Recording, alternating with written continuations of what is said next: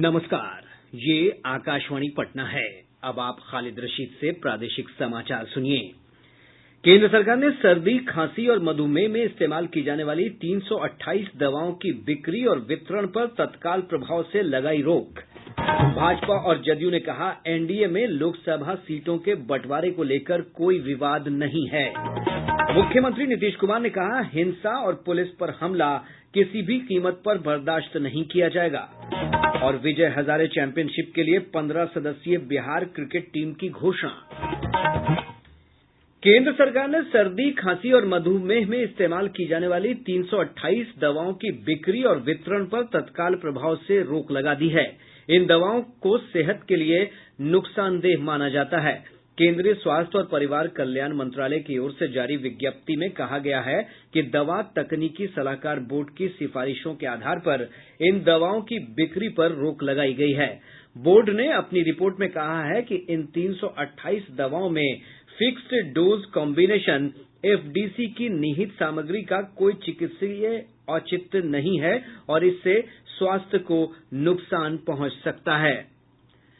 राज्य में सत्तारूढ़ जदयू और भाजपा ने कहा है कि लोकसभा सीटों के बंटवारे को लेकर एनडीए में कोई विवाद नहीं है और समय पर सीटों का बंटवारा घटक दल मिल बैठकर तय कर लेंगे।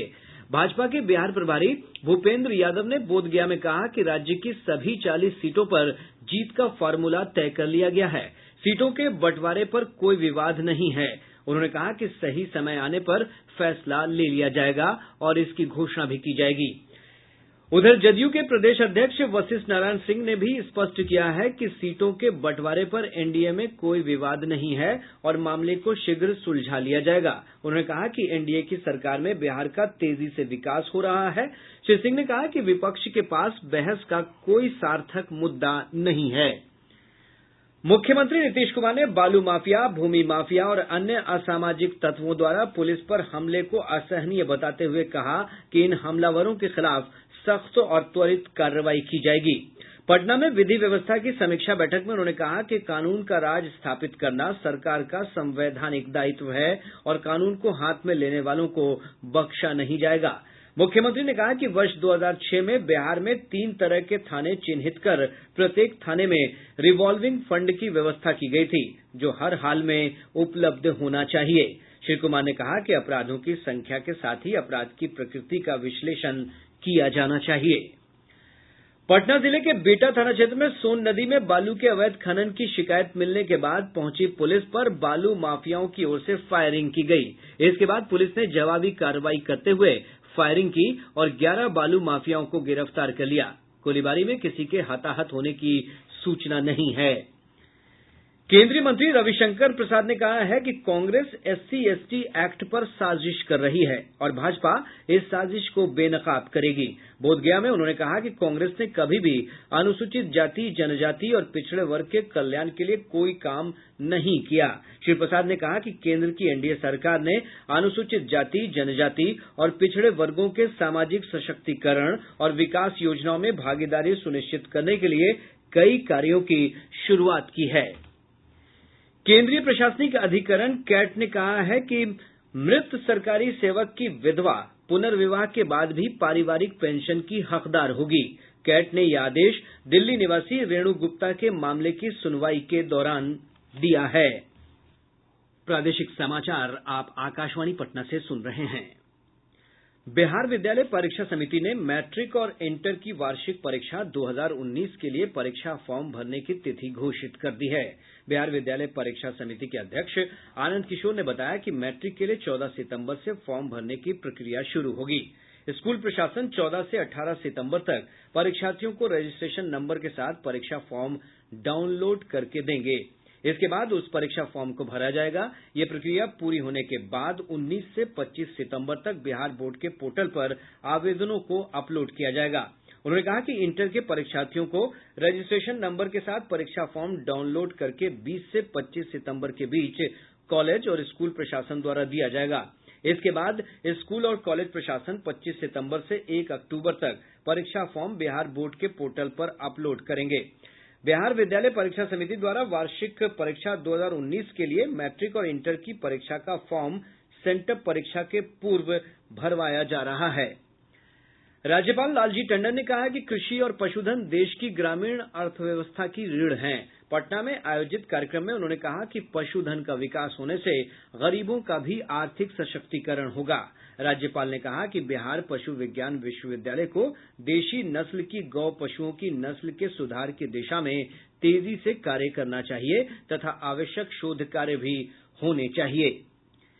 स्टेट बैंक ऑफ इंडिया ने खाता धारकों के लिए कैश जमा करने की सीमा हटा दी है। अब ग्राहक नन होम ब्रांच में भी मनचाही राशि जमा करा सकेंगे। एसबीआई ने इस संबंध में अधिसूचना जारी कर दी है। आईआईटी पटना का दीक्षांत समारोह आज ज्ञान भवन में आयोजित किया जाएगा। कार्यक्रम में 300 छात्र छात्राओं को बीटेक, एमएससी, एमटेक और पीएचडी की उपाधि प्रदान की जाएगी। कटिहार जिले के नगर थाना क्षेत्र अंतर्गत तिनगछिया बाजार समिति के पास पुलिस ने छापेमारी कर भारी मात्रा में विदेशी शराब के साथ एक व्यक्ति को गिरफ्तार किया है। वहीं सीतामढ़ी जिले के सोनबरसा थाना क्षेत्र में भारी मात्रा में शराब जब्त की गई है। मुजफ्फरपुर जिले के अहियापुर थाना क्षेत्र में पुलिस ने अंतर जिला वाहन लुटेरा गिरोह के 2 अपराधी को गिरफ्तार किया है। 19 सितंबर से गुजरात में खेले जाने वाले विजय हजारे चैंपियनशिप के लिए 15 सदस्यीय बिहार क्रिकेट टीम की घोषणा कर दी गई है। भारतीय क्रिकेट टीम के सदस्य रहे प्रज्ञान ओझा की कप्तानी में बिहार का पहला मुकाबला नागालैंड से होगा। पटना के पाटलिपुत्र स्पोर्ट्स कॉम्प्लेक्स में 15 और 16 सितंबर को होने वाली 30वीं पूर्वी क्षेत्र जूनियर एथलेटिक्स प्रतियोगिता में 127 सदस्यों वाली बिहार की टीम हिस्सा लेगी। बिहार एथलेटिक्स एसोसिएशन के सचिव लियाकत अली ने यह जानकारी दी। दक्षिण कोरिया के संचियोन में 18 से 25 नवंबर तक आयोजित होने वाली 33वीं विश्व जूनियर सॉफ्ट टेनिस चैंपियनशिप में भाग लेने के लिए भारतीय टीम के चयन शिविर में बिहार के 6 खिलाड़ी हिस्सा लेंगे। Soft tennis association of Bihar के महासचिव धर्मवीर कुमार ने बताया कि चयन शिविर मध्य प्रदेश के देवास में 16 से 18 सितंबर तक चलेगा। प्रदेश के अधिकांश हिस्सों में मानसून एक बार फिर सक्रिय है। मौसम विभाग के अनुसार अगले 1-2 दिनों में राजधानी पटना समेत राज्य भर में हल्की से मध्यम बारिश हो सकती है। विभाग ने अगले 5 दिनों के लिए जारी पूर्वानुमान में कहा है कि प्रदेश के दक्षिण पश्चिम और पूर्वी क्षेत्रों में कहीं-कहीं भारी बारिश की संभावना है। अब पटना से प्रकाशित प्रमुख समाचार पत्रों की सुर्खियां।